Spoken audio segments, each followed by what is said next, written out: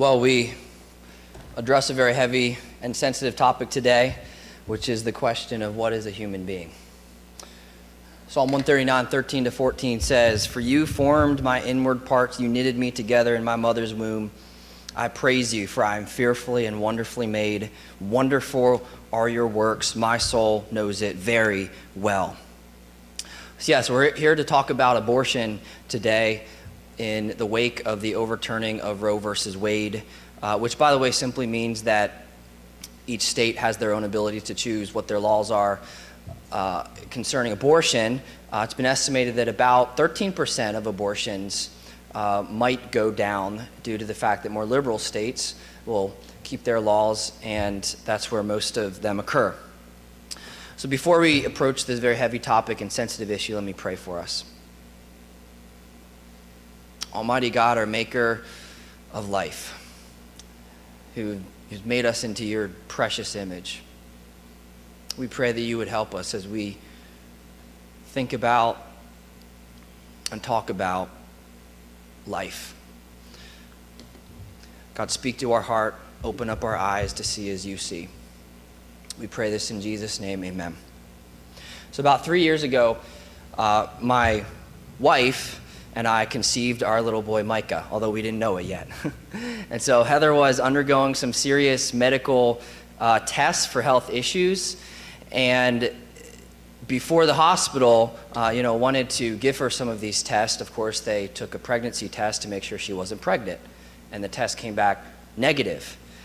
And so in the coming days, they prescribed to her a steroid called prednisone, and she was prescribed that on a Saturday, picked it up, but decided not to take it until Sunday. So she went to sleep Saturday night and had a dream. And in that dream, she dreamed that if she took this prednisone, she would kill her baby that was inside of her. And so she woke up and told me about this dream and said, "Aaron, I think we need to take a pregnancy test." And so she did, and it was positive. Over and against the word of the hospital. Apparently she was 5 weeks along. This is what Micah looked like, apparently. A little, I don't know what you call that, but that was him. And I believe with all my heart that my wife, who's filled with the Holy Spirit sent that dream as if to say, "Hey, I have a little roommate in your home that's sharing some space with me. Let's save him." So we're here to talk about abortion today, and that's speaking of every stage. At any stage of pregnancy, is it okay to terminate that life of the baby, even at 5 weeks? Now, the primary question behind abortion is, what is a human being? What is a human being? When does human life conceive and truly count? Okay, because if a human being is truly a little human being, then it simply means that there is absolutely never a true good reason to kill the weakest of human beings that live inside of you. You must dehumanize that little human being, that unborn, if you are to kill them in order to rationalize it, because of course, then it really isn't killing. So I want to spell out the purpose of this message on abortion, and the purpose is to really stick up for life, the weakest of all forms. Human life, not any kind of life, but human life. In Psalm 82, 3-4, we're told this: "Give justice to the weak and the fatherless, maintain the right of the afflicted and the destitute, rescue the weak and the needy, deliver them from the hand of the wicked." And I believe there's nobody more weak than the unborn. There's nobody more afflicted than the aborted. And now also, as we speak about the weak life of the unborn, let's remember how this connects to the gospel of how Christ died for us while we were still weak so that we can live, so that he would give us a chance at eternal life. Romans 5:6 says that while we were still weak, Christ died for the ungodly. And that's the model for our life, church. As Philippians 1:27 says, we are to conduct our life in a manner worthy of the gospel. And one of the ways that we run our life on the rails of the gospel is caring deeply for the weak. In fact, giving ourselves up for them, the unborn. But along those same gospel lines, the other way that we live our life according to the gospel is by showing compassion, mercy, love, care, and forgiveness for those who are unborn and those who are born, and those who are on the other side of this abortion issue, the aborted and the aborters. Christ came to seek all of us. Now, the environment that we find ourselves in today is one that is quite confusing. In Judges 2:11, I think it defines our culture well, as it says, "And the people of Israel did what was evil in the sight of the Lord and served the Baals." We live in a culture where we don't pay much attention to how God sees things and what's right according to his eyes. We do whatever is right according to our eyes. That means our opinion. That means my truth and your truth, but not God's truth, as if we own truth. We're little gods in our mind. That's the real issue. And so for that reason, the overturning of Roe versus Wade has been named certain things like horrific, one of the darkest days in history. It's been called that. I heard Nancy Pelosi say in response to it, "This is deadly serious." And I thought, that's ironic. Yes, it is. I think Isaiah 5 verse 20 defines our nation well. It says, "Woe to those who call evil good and good evil, who put darkness for light and light for darkness, who put bitter for sweet and sweet for bitter." Now that describes a lot of people, but praise God, that doesn't describe everybody.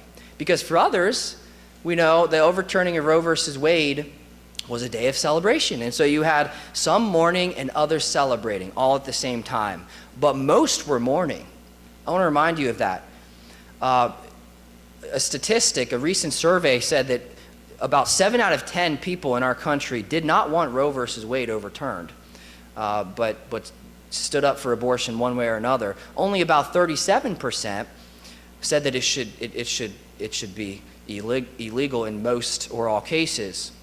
Now, I mention that because we are the minority as those who stick up for human life inside the womb, because we believe the Bible. Not everybody believes the Bible, but we do. And so what does the Bible say about this? That's really important to know within a church service. Not what do they say, what do we think, or how do you see it, but what does the Bible say? How does God see it? I can't think of any better place than to go to Psalm 139, 12-17. Listen to what David writes. He says, "Even the darkness is not dark to you, the night is bright as the day, for darkness is as light with you." Okay, picture the womb, because this is how God sees it. "For you formed my inward parts, you knitted me together in my mother's womb. I praise you, for I am fearfully and wonderfully made. Wonderful are your works, my soul knows it very well. My frame was not hidden from you when I was being made in secret, intricately woven in the depths of the earth. Your eyes saw my unformed substance. In your book were written, every one of them, the days that were formed for me, when as yet there was none of them. How precious to me are your thoughts, O God, how vast is the sum of them."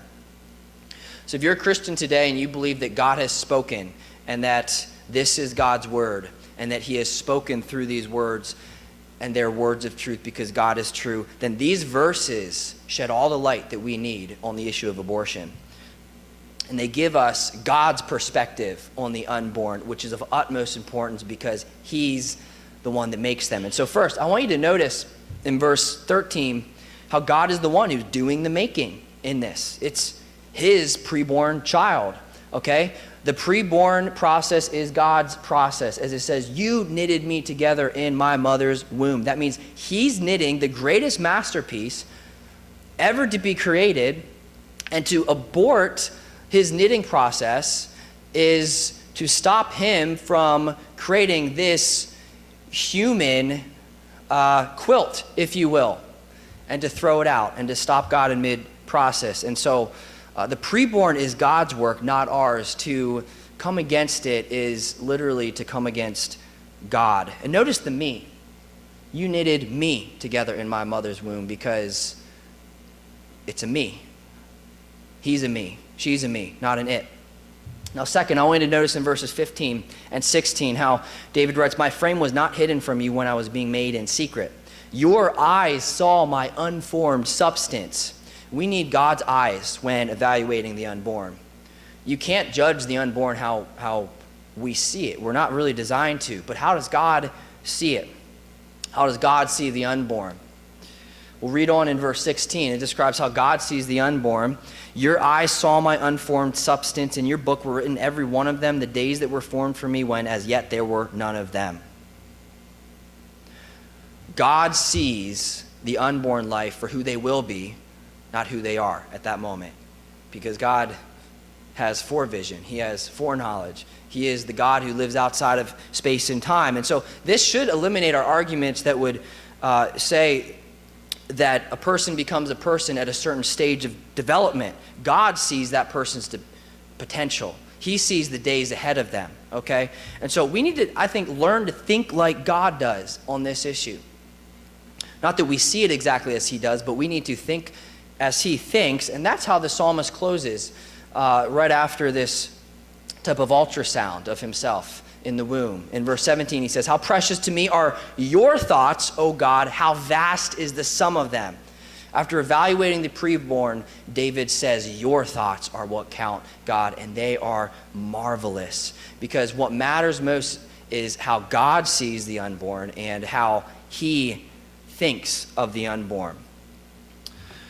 However, although we get this kind of biblical ultrasound picture of what a preborn child is, not everybody sees through this lens of Scripture that we do, or believes in these spectacles of Scripture. And so I think it is important that we look at this from different angles. And so I want us to look at some of the statistics and the meaning and the procedure of abortion, just to understand like what really happens. Well, last year, apparently over 600,000 preborn little kids were terminated. And I just want to make you aware, believe it or not, that is down from the peak of abortions, which occurred in 1991. They've actually been coming a bit down since then, but 600,000, right, is still an unfathomable number. Well, there's two ways to abort. There's surgical abortions, and then there's medication abortions. Okay, surgical abortions happen through a doctor. And there's two types of ways to do this. There's the manual vacuum aspiration, MVA. It happens when in the first trimester, when the baby's smaller, literally they just vacuum that little skeleton out of the mother's uterus. And then there's D&E, stands for dilation and evacuation. And that happens when the baby's a bit bigger, usually like after 20 weeks, and they dilate the cervix, and then they use forceps and a scraping tool and perhaps a suction to pull the baby out of his or her mother's womb. Now, just 10 years ago, surgical abortions were more popular by far than medication abortions. Medication abortions recently have become very popular. Most abortions take place with this pill. So medication abortions, what are they? Well, in brief, it's taking a pill, and when a mother takes a pill within, I believe, the first 10 weeks of pregnancy, it stops hormones from going to the baby to continue to develop the baby, and then the little cellular person is flushed out of their home. Okay, and so I think what's very fascinating about the pill is how it's performed on our smaller offspring. And so that means they're little babies, hardly recognizable, but nevertheless, I want to remind you, at 5 weeks, a little baby's heartbeat starts beating. You can listen to it in the ultrasound. It's amazing, and you recognize it as a heartbeat. I was talking to my wife about this fact that most abortions take place on the pill, and she said, I think that's worse than in some ways, as if it was done through a procedure, and that's because it seems less like you're killing a human being. It's more crafty, it's more subtle. And by the way, the vast majority of abortions, 93% of them occur within the first 13 weeks of their life. And so most of them are taking place when they're very small, very new. And so most abortions are happening on the tinier human beings. But are they human beings? That is really the question. We have to continue to funnel back to this question in our argument for life. The main argument in question with all abortion is, what does it mean to be human? Don't sway from that question. Don't let other people get you off track from that question. Be relentless on it. What does it mean to be human? Because to answer that question is to answer the next question: can you kill the unborn? Yes, if he or she is not a human being, in which case you are not killing the unborn. You are killing a thing. You are killing an organism, something that's not human. And that's why the status of the unborn is vital for us to understand. And so let's try to establish this humanity of the unborn together. And I want to help you with this acronym named SLED. A guy by the name of Scott Klusendorf, who's a pro-life apologist, has helped me to this end. And he mentions this acronym SLED, and it stands for size, level of development, environment, and degree of dependency. And so let's go through these together. First of all, there's the size factor. Does that affect your humanity? Does that impact the status of human? And no, obviously, we know that it can't. Otherwise, women, you would typically be less valuable than men because typically you're shorter, or kids would be of less human than adults. I like what Dr. Seuss says. He says, a person's a person no matter how small, how profound, but how true, even if you're a 1 centimeter thick embryo.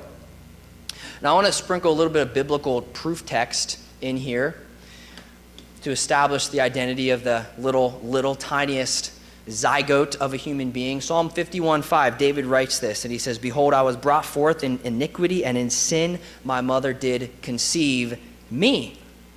David is saying that little tiny cell that I once was, that was me. It's called a zygote, a fertilized egg. That was not just a blob, that was a blob of a me. And the word for conception in Hebrew means what it means. It's the moment the sperm hits the egg and it's fertilized. I became me. Now you say, that really sounds unfathomable, Aaron. And yes, it does. Every part of the human process in human life is unfathomable. Have you ever even just wondered how you are the same person that you were when you were 1 year old? I'm told in 30 years of living, it takes 30 years for your cells, every single cell in your body, to completely repopulate and replace itself, so that literally, 30 years ago, if you've lived this long, you are not the same person physically that you were back then. Not 1 inch of your body is the same physical you, but you remain you. At least that's how we think of it, because it's miraculous. Okay? And so the same quandary that we can't fathom applied to self, and the progression of self applies in the womb. How was that little zygote you? Well, it was. I think Ecclesiastes 11:5 kind of settles it for me. As it says, as you do not know the way the Spirit comes to the bones in the womb of a woman with child, so you do not know the work of God who makes everything. I'm okay with that. I don't know. God is a mysterious creator, and we can't figure out everything. The second letter in SLED is L, and it stands for level of development. Some say that at a certain level of development, that makes you human, okay? The problem is, at what point? You're just guessing. At what point then? And we need to remember that infants are much less developed than toddlers or adults, but that doesn't take away their human rights. Some think that human consciousness changes your definition of human, but then in that case, infants are not human yet, and neither would be that person with Alzheimer's. They've just slipped out of humanity. The reasoning just doesn't fit. It just doesn't fit. And so look at this picture with me, behind me, of the different levels of development. It highlights a few. I think it's very interesting to see what they look like, because moment 1, you see it as just like this egg. That's when you're called a zygote. It's a fertilized egg. It's like you're a blob. Okay? And yet, I'm told that in that first moment of development, you receive a unique DNA separate from your mother, which I think says, there goes the argument, my body, my right. No, it's not your body. It has a different set of DNA. I already mentioned that during week number 5, the heartbeat starts. Week number 6, lower limbs called buds begin to form. Week 7, fingers appear. Week 8, eyelids form, and week number 9, the genitalia begins to differentiate. And so what I want you to do is, by looking at that picture, guess when, at what point in development you think that person became a human being.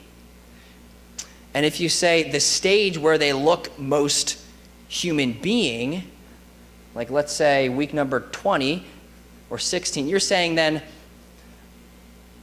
he or she is a human by looks, just by the looks of it. As I've hinted, I would argue that a human is a human at the point of the zygote stage, at moment number 1, because there's unique DNA there, and God started the process at that point of knitting that little one together in his mother's womb. It's his work, and we're made in his image. And so at that point, this little egg-looking thing is a human made in the image of God, precious to him. Now, I want you to remember, most abortions occur between weeks number 1 to 13. And so if you look at like in between week 10 to 16, that little baby looks like a fish, more like a fish, really. But it doesn't matter, because we're not judging humanity by appearances, by the level of development. We're judging them by made in God's image. Now, the next image, or the next letter in SLED is E, and it stands for environment. Does one's environment change your human status? And we know, of course, not. Like, by you coming into this church today, you didn't become more of a human, although that's the problem with church. Sometimes we think we become this, like, new creation just by entering into a church building, but that doesn't do it. You don't change your humanity by entering into a building and exiting a building. Neither does a baby change their status by simply coming out of their mother's womb, which is their home at the time. And so it simply doesn't do it. Well, the last letter in this acronym SLED is D, and it stands for degree of dependency. Does your degree of dependency change the status of the unborn? And the simple answer is no. How many of you have you heard of that word called viability? Viability. It's kind of an abortion word, and some abortion laws are cut off at this point of viability. It means when they think the baby can probably survive outside of its mother's womb on its own. The problem with that, and we usually like those types of laws as pro-lifers to say, let's draw a limit for when we should allow abortions. And yet the problem with that is you're still saying that before that point that, viability is this measurement for humanity. Like, before you're viable, before you can survive on your own, you're not a human, is kind of the premise behind it. But that just doesn't add up, okay? Because even my 3, 2, and 6-month-old son cannot survive outside of their mother's womb on their own. And some of you probably say even my teenage kids can't survive outside of my womb. Even now, they need me. Well, it's questionable whether they're human, right? We know when you get old enough, you can't survive on your own. Some of you are taking care of your parents, but that doesn't mean that you're less than human. But in our culture, we act like those people are less than human. And yet, instead of discarding them, we ought to honor them. Honor those who are less viable. Honor them and take care of them, the young and the old. And so, if you get into a discussion with people about abortion, which I think that you should try to in a civilized manner, you can bring up this acronym SLED. It's easy to remember. And talk to them about the real issue of abortion. What makes a human? And help them think, because there's so much emotion and not enough thinking when it comes to the abortion debate. But if you do have a conversation with somebody over abortion and they hold the other view, whatever view that is, generally, I don't know everybody out there, but if you're pro-lifer, which I am, you might hit some opponents and some arguments. Okay, and so I won't be extensive here, but you might hear an argument that centers around women's rights, like my body, my right. It's a very, very popular one. It's really, essentially, it's women's rights over babies' rights. They don't believe it's a baby, of course, or they don't think about it enough. Well, I want to touch on this because it is often the justification for abortion. Women do have rights in God's eyes, by the way, but the problem is when women negate the rights of the unborn that they have in God's eyes too. The old problem was men have rights, women don't, and that was wrong. Now it's women have rights too, but the unborn don't. Their offspring don't. And so, to be clear, women have a right, just as many rights as men. God created men and women in his image. But none of us have the right to do a wrong. Okay? If a woman has a right, I think it's on the idea of Proverbs 14:12, which says, "There is a way that seems right to a man, but its end is the way of death." Isn't that what happens in abortion? There's a way that seems right. It seems right to a woman, the right to abort her offspring, but its end is the way of death. Now, when it comes to women's rights as one of the sole reasons for an abortion, I want to bring women back to the Bible, and maybe you can too. Because here's the very interesting thing about pro-choice arguments based on women's rights. It's actually inspired by the Bible. At its core, foundationally, inspired by Christ, women's rights. Okay, yet most abortionists, or whatever you want to call them, those who are in favor of it, or just think women should have the right or the option, they'll probably say something like, keep religion and the Bible out of the debate. Women have rights. Don't tell me what the Bible tells me is right or wrong. But it's a very ironic statement because the Bible actually has established women's rights in our culture. Because women's rights is a matter of human equality. Human equality has nothing scientific to do with it. Human equality is an issue of made in God's image. You will never find a woman has a right gene or a man has a right gene. You can't find it scientifically. You can't open up a person and dissect them and find or study them and find a woman has a right gene. It's based on the premise that we are made in somebody who values us. So it's really interesting that women's right is a theological issue, and our nation has been massively influenced by this. In other nations, women still don't have the rights that we do. Okay, and so really, when a woman says, "I have a right to abort my offspring," it's saying partially, without saying, I believe in made in God's image. It's theological, but it's selective theology. I have a right, but this other person doesn't have a right. And so the Bible teaches us that we are made in God's image. And this is the issue of abortion. We're made in God's image. It's imago Dei. It means both men and women are made in God's image. Made in God's image. At one point, at the first point when God starts making us in the womb, knitting us together in our mother's womb, we're made in his image. It means we are valuable. It means we have eternal value. We have God rights. I would dare say they shouldn't be human rights. They're not really human rights. They're God rights because he sees that we're precious. And so remember that essential question behind abortion. What makes a human or a person a human or life human? And it's made in God's image. It's the only thing that counts. It means it's not what you do that makes you human. It's how you are. It's who you are. It's who designed you.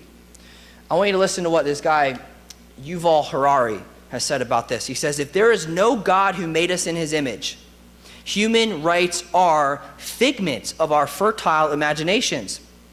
Then a baby in her mother's womb is just a collection of cells.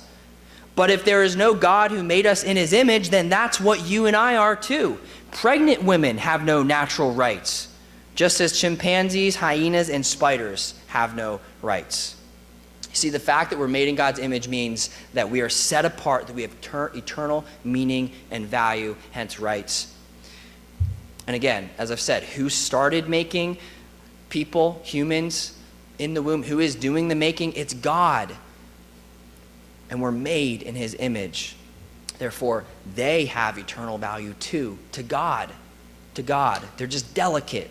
Aren't delicate, fragile things usually more, we even esteem them more valuable. Not that they're more valuable, but they're to be cherished and handled with care. The smaller they are, the more handle, the more care they require.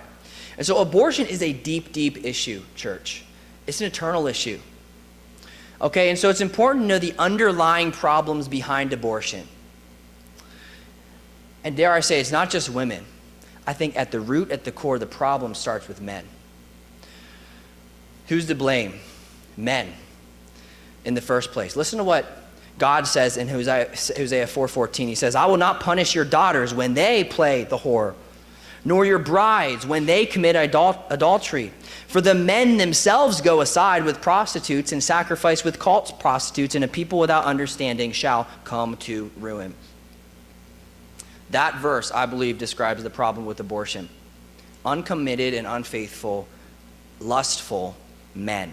Did you know the vast majority of abortions that occur are unmarried women? In 2019, 85% of abortions were unmarried. I think it's a staggering statistic that speaks. If men were to love women, to commit to them, to control their bodies, and commit their spirits to a woman, abortion would not be happening like it is today. Dare I say, maybe 85% of abortions wouldn't occur because they'd be married. There's a lot of murder, I think, on the hands of men. I believe with all of my heart that if men acted like true men, self-sacrificing, committed, instead of self-serving and whimsical, then the world would be changed, and women wouldn't feel such pressure to abort their offspring because they have no support. And so here's what I'm sure that God would say in this abortion problem we face. I think He would say, like Hosea 4, I will not punish your daughters when they play the whore, or just read abort a baby, nor your brides when they commit adultery, and hence commit a murder. For the men themselves go aside with prostitutes, think impregnate them, abandon them, and instigate the reason for abortion. And a people without understanding will come to ruin. And isn't that the truth of abortion? There just isn't the understanding. And it is ruining us. People don't understand this, but I'm told at the birth rate that our nation has at this moment, we're at a death rate economically and sustainably. Like there's a certain rate that every economy needs in order to survive. We're like right below the limit because we don't value our young. People don't understand that, but literally we are coming to ruin because of this phenomenon. But here's what you got to understand, men. I'm talking to you, men. Step up to the plate. Be a man. Okay? God will judge both men and women, but we get the double portion because we do lead women either in self-serving ways or self-sacrificing ways. Now, another underlying issue behind abortion, I think is massive, is lies. Abortion is inspired by lies and deception. I saw this headline on Google as I was searching for abortion, and it said, new study shows that abortion is behind the decrease in crime. And I thought to myself, that's only true if you don't think abortion is crime, or if abortion isn't killing a human. In which case, if it is, then crime is increasing. I think a guy by the name of Richard Sibbes, a Puritan, said it very well when he said, the devil himself will not be an open murderer if he can help it. The fraudulent persecution is worse than the violent. If he can bring to hell by fraud and lying, he will never do it by violence. I think that in many ways describes how Satan has influenced abortion by covering up murder with a lie. It's not really a human. Not a human. And then it's not really killing. And like I said before, the younger that we abort, the more covered up this is. John 8:44 says this. Jesus says, he, the devil, was a murderer from the beginning and does not stand in the truth because there is no truth in him. When he lies, he speaks out of his own character, for he is a liar and the father of lies. See, the way that I think Satan is behind this abortion is by lying about the language. Okay, if you just can, again, reason away that the little unborn is not a human in the womb, then you can kill without thinking that it's killing, and your conscience is freed from that. What a crafty plan. Honestly, it's brilliant. It's brilliantly dark. And that's why we hear of these terms when related to abortion care. You hear it's reproductive health care. That's what you hear, those terms. I read a quote from Planned Parenthood recently that said, actually, 93% of abortions are performed on healthy mothers with healthy babies. And so it can't be health care. There's a lot being said about how the mother's life might be in danger. Well, I argue it's always in danger. It's pregnancy. It's always in danger. It's a dangerous mission. But that's not the inspired reason for why people call this health care. Think about the name Planned Parenthood. It really boggles me. If you didn't know the institution, what would you think they do? They plan for parenthood, like becoming parents, not so that you can't become a parent. Abortion, though, is renamed family planning. That's what it's called. How can we call it these things? Only if we redefine the truth. Health these days is not just health. It is financial health, it is educational health, and then cherry on top is physical health. And so that's why people will say, well, I need to be financially healthy. I need to be educationally healthy. And so it's health care. Satan is a wordsmith of lies, and he inspires these words. Now, knowing that there's this deception out there dictates how we should respond to those undergoing these things. And I personally feel like we should feel pity for those who are legitimately being deceived. As Jesus said on the cross as he was being murdered, Father, forgive them, for they know not what they do. And I believe that really pertains to abortion a great deal. And so how do we respond to abortion in our nation, but more than that, in our town, in our circles? What do we do? Well, first, as far as emotions go, how should we feel? I think Mark 3:5 hits it on the head of the nail as Jesus responds to people's hardness of heart. And it says he looked around at them with anger, grieved at their hardness of heart. We need to be angry. The little preborn are being subtly murdered and covered up. But we need to grieve that they are, and we need to be angry that people are doing this, but we also need to be grieved that they would do it for their own sake. Poor women to go through that. One girl said that the term pro-choice, she thinks, is misleading because most girls who choose an abortion feel very pressured to do it. So it's not just like this simple choice.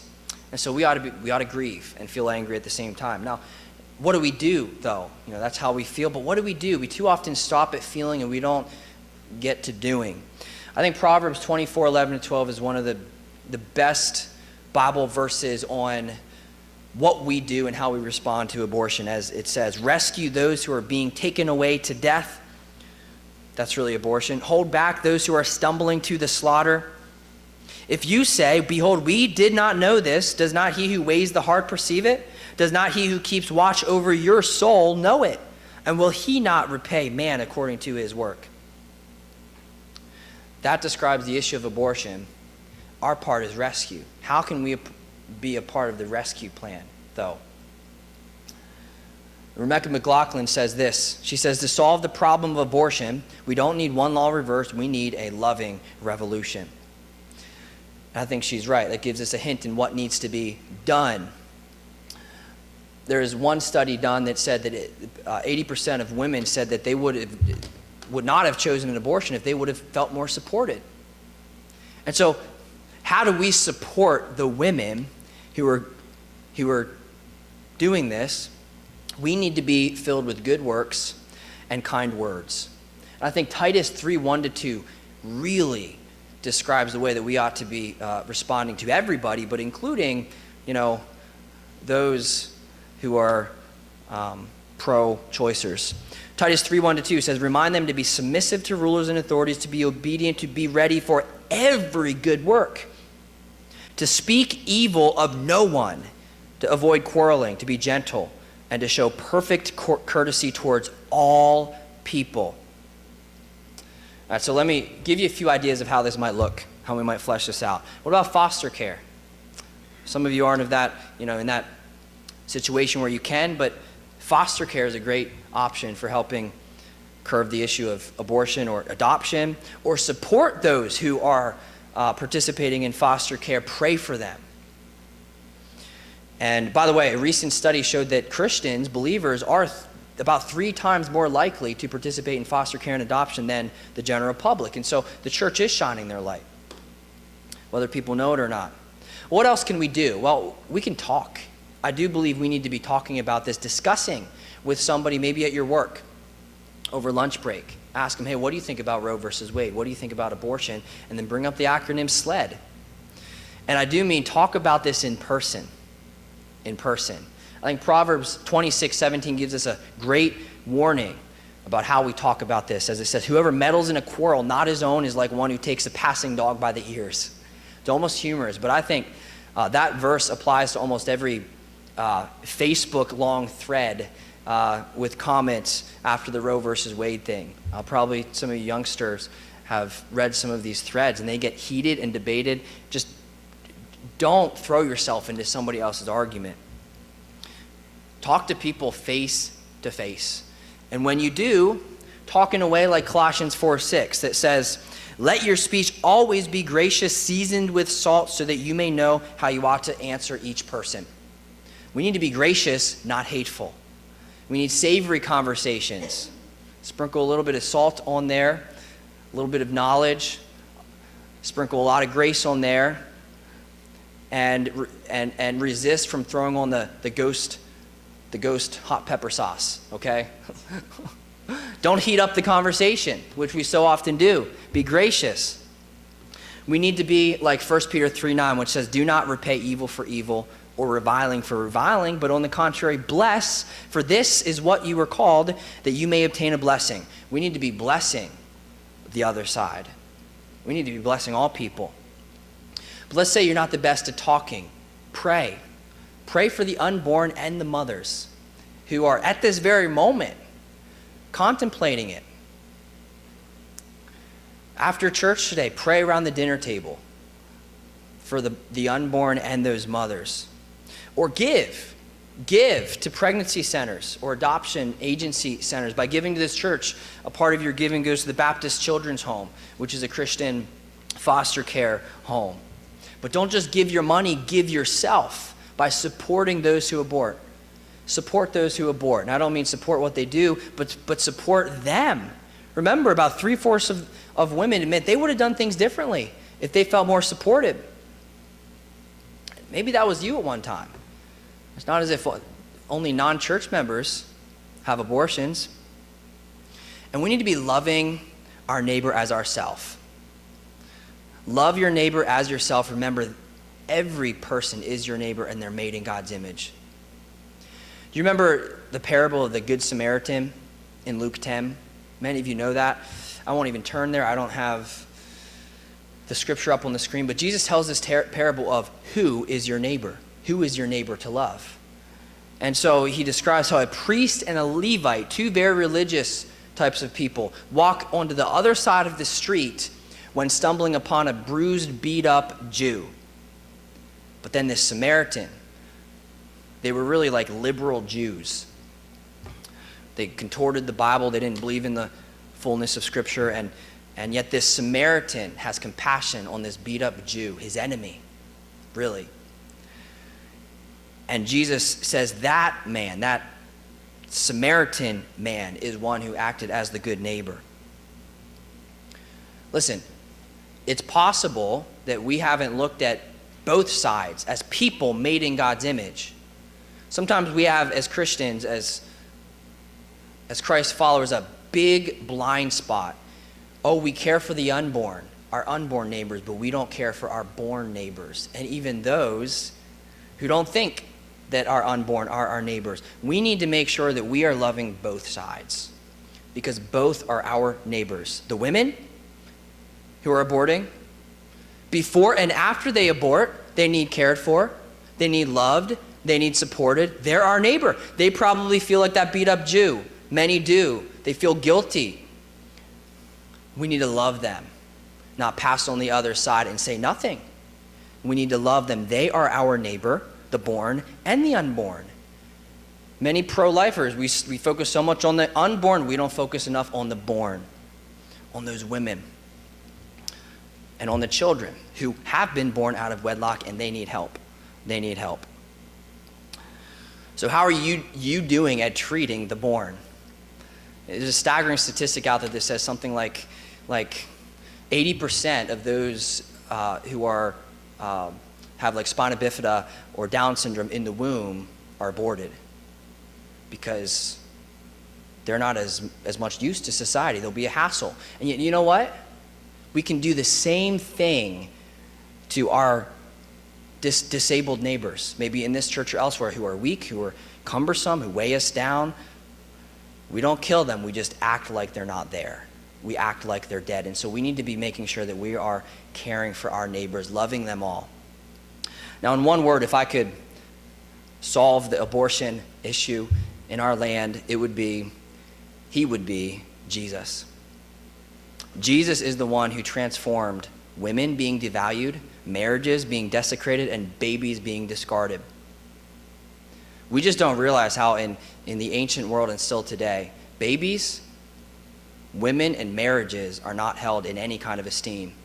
So I want to summarize in conclusion real quick.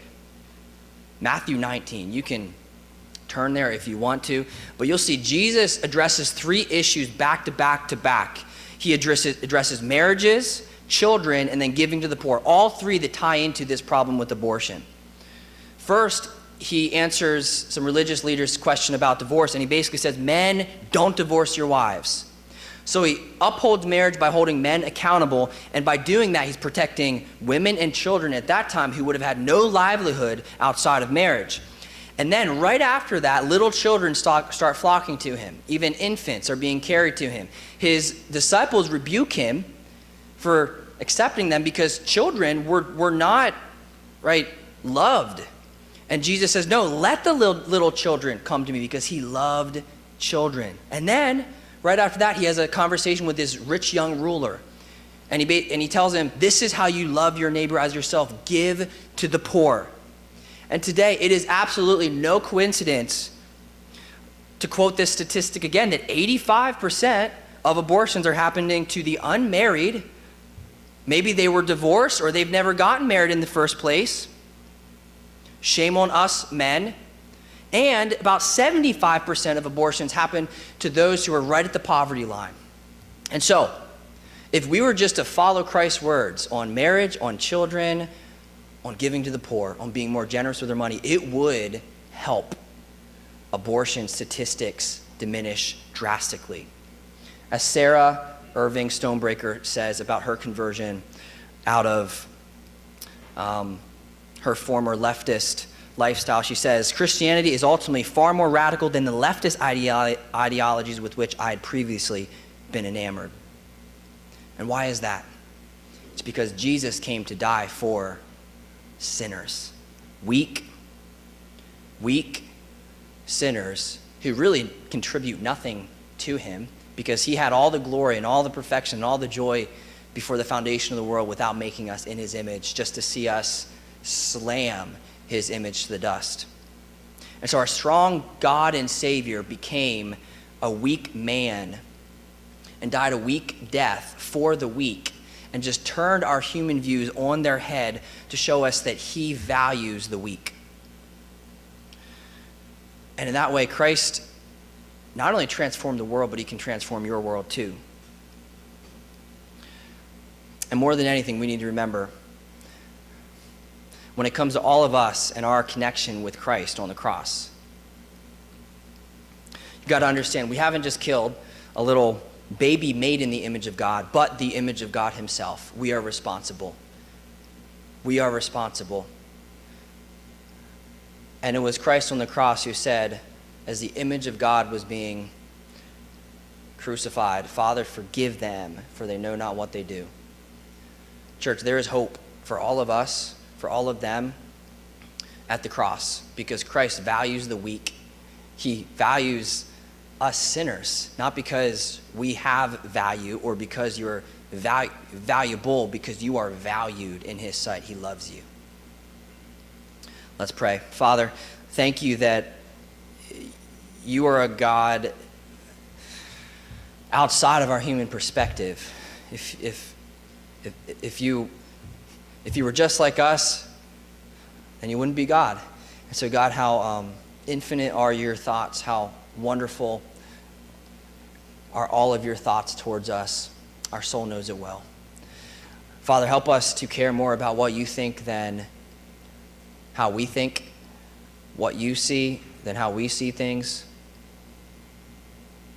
Father, help us to help the weak in this world, to be compassionate and kind. And God, would you lead us as a church to participate in good works, to show courtesy, perfect courtesy towards all people, to be kind, to be forgiving, to be compassionate, because you've done this with us.